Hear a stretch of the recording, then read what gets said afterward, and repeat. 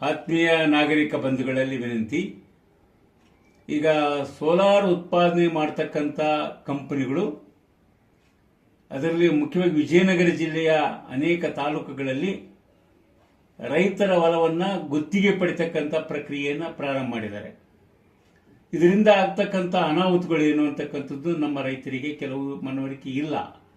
ಅದರಲ್ಲೇ ಮುಖ್ಯವಾಗಿ ಹೂವಿನಡಲಿ ತಾಲೂಕಿನ ಸುತ್ತಮುತ್ತಲು ಸುಮಾರು 30ರಿಂದ 50 ಸಾವಿರ ಎಕರೆ ಪ್ರದೇಶದಲ್ಲಿ ಸೋಲಾರ್ ಉತ್ಪಾದನೆ ಮಾಡತಕ್ಕಂಥ ಘಟಕಗಳು ರೈತರ ಹೊಲವನ್ನು ಗುತ್ತಿಗೆ ಪಡಿತಕ್ಕಂಥ ಪ್ರಕ್ರಿಯೆಯನ್ನು ಪ್ರಾರಂಭ ಮಾಡಿದ್ದಾರೆ.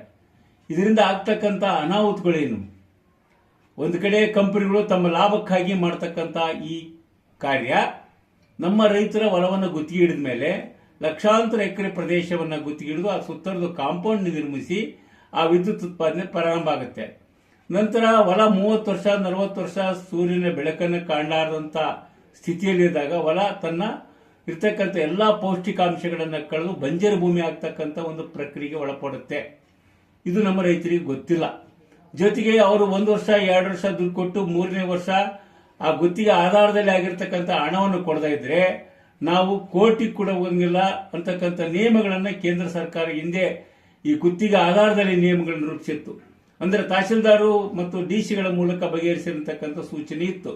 ಆದರೆ ಈ ತೊಂದರೆಯಲ್ಲಿ ಕೋರ್ಟಿಗೆ ಹೋದ್ರೂ ಕೂಡ ನ್ಯಾಯವನ್ನು ಪಡಿತಕ್ಕಂಥದ್ದು ಅಷ್ಟು ಸರಳ ಸುಲಭ ಅಲ್ಲ. ರೈತರು ಬಹಳ ಸಂಕಷ್ಟದಲ್ಲಿ ಆಗ್ತಾರೆ.